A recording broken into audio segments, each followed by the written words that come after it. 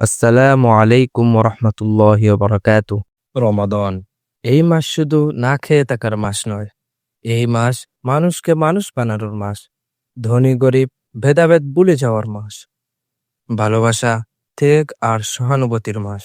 কিন্তু আমরা কি সত্যিই রমাদানের আসল শিক্ষা বুঝতে পারি? আজ আমি আপনাদের শোনাবো একটি ছোট্ট শহরের মসজিদে ঘটে যাওয়া একটি হৃদয় ছোঁয়া ঘটনা, যা আপনার রমাদানকে নতুনভাবে ভাবতে বাধ্য করবে। রমাদানের এক বিকেল, সূর্য ধীরে ধীরে ডুবে যাচ্ছে, আকাশে কমলা রঙের আলো, মসজিদের আঙ্গনায় ব্যস্ততা। কেউ খেজুর সাজাচ্ছে, কেউ পানি দিচ্ছে, কেউ প্লেট বিছাচ্ছে। ছোট ছোট বাচ্চারা দৌড়াচ্ছে, বৃদ্ধরা দোয়া পড়ছে, সবাই অপেক্ষা করছে ইফতারের। আজ যেন পুরো শহর এক পরিবারের মতো। এই সময় সেখানে এলেন একজন ধনী ব্যবসায়ী। তিনি সাধারণত বড় বাড়িতে বিলাসবহুল টেবিলে নিজের পরিবার নিয়ে ইফতার করতেন, কিন্তু আজ কি এক অদ্ভুত টানে তিনি মসজিদে চলে এসেছেন, সাধারণ মানুষের সাথে মাটিতে বসে ইফতার করার জন্য। তার পাশে একজন দিনমজুর, একজন রিক্সা চালক, একজন বৃদ্ধ কৃষক বসে আছেন। আজ কারো আলাদা পরিচয় নেই, শুধু সবাই রোজাদার। ব্যবসায়ী লক্ষ্য করলেন তার পাশে বসা এক বৃদ্ধ মানুষ, খুব সাধারণ পোশাক, কিন্তু মুখে অদ্ভুত শান্তি।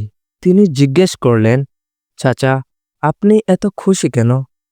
বৃদ্ধ মুচকি হেসে বললেন, বাবা, সারা বছর আমরা আলাদা থাকি, কিন্তু রমাদানে আমরা সবাই একসাথে বসি।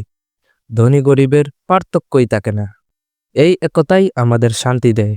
আজ আমরা সবাই সমান, সবাই আল্লাহর বান্দা।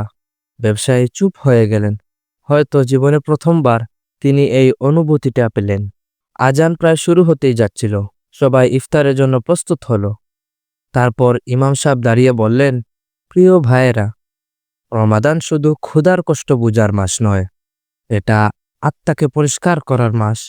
এই মাস আমাদের শেখায় কিভাবে নিজের রাগ নিয়ন্ত্রণ করতে হয়, কিভাবে লোভ কমাতে হয়, কিভাবে গরিবের কষ্ট বুঝতে হয়।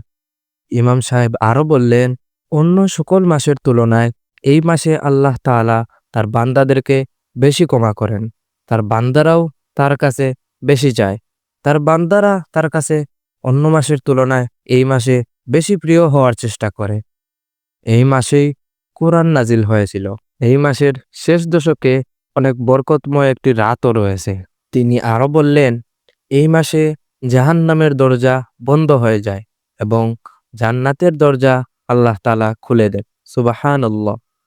তিনি আরো বললেন, বিগত 11 মাসে আপনারা যা যা গুনাহ করেছিলেন, এই মাসেই সবচেয়ে বড় সুযোগ আল্লাহর কাছে ক্ষমা চেয়ে নিজের আত্মাকে, নিজের নফসকে পরিশুদ্ধ করার। তিনি আরো বললেন, এই মাসেই আল্লাহ তাআলা শয়তানকে বন্দী করে রাখেন। তবে যারা শয়তানের অনুপস্থিতিতেই গুনাহের কাজ করে, তাদের নফস অনেক খারাপ হয়ে গেছে, তাদের নফস অনেক শক্ত হয়ে গেছে। আপনারা চেষ্টা করবেন এই মাসে গুনাহ থেকে বেঁচে থাকার। তারাবির নামাজ পড়বেন, সঠিকভাবে রোজা রাখবেন। ইমাম সাহেব আরো বললেন, যে গরিবকে খাওয়ায় সে আল্লাহর কাছাকাছি হয়ে যায়। তিনি বললেন, অন্যান্য মাসে আমরা যদি একটি ভালো কাজ করি, তাহলে আল্লাহ তাআলা আমাদের 10টি নেকি দান করেন, কিন্তু এই মাসে আল্লাহ তাআলা আমাদের আরো বরকত দেন, কারণ এই মাসে আমরা একটি ভালো কাজ করলে 70টি নেকি পাই। সুবহানাল্লাহ। তারপর মসজিদে নেমে এলো নীরবতা। প্রতিটি কথা যেন সবার হৃদয়ে আঘাত করছিল। হঠাৎ এক তরুণ দাঁড়িয়ে বলল, হুজুর, আমি আগে কখনো মসজিদে ইফতার করিনি।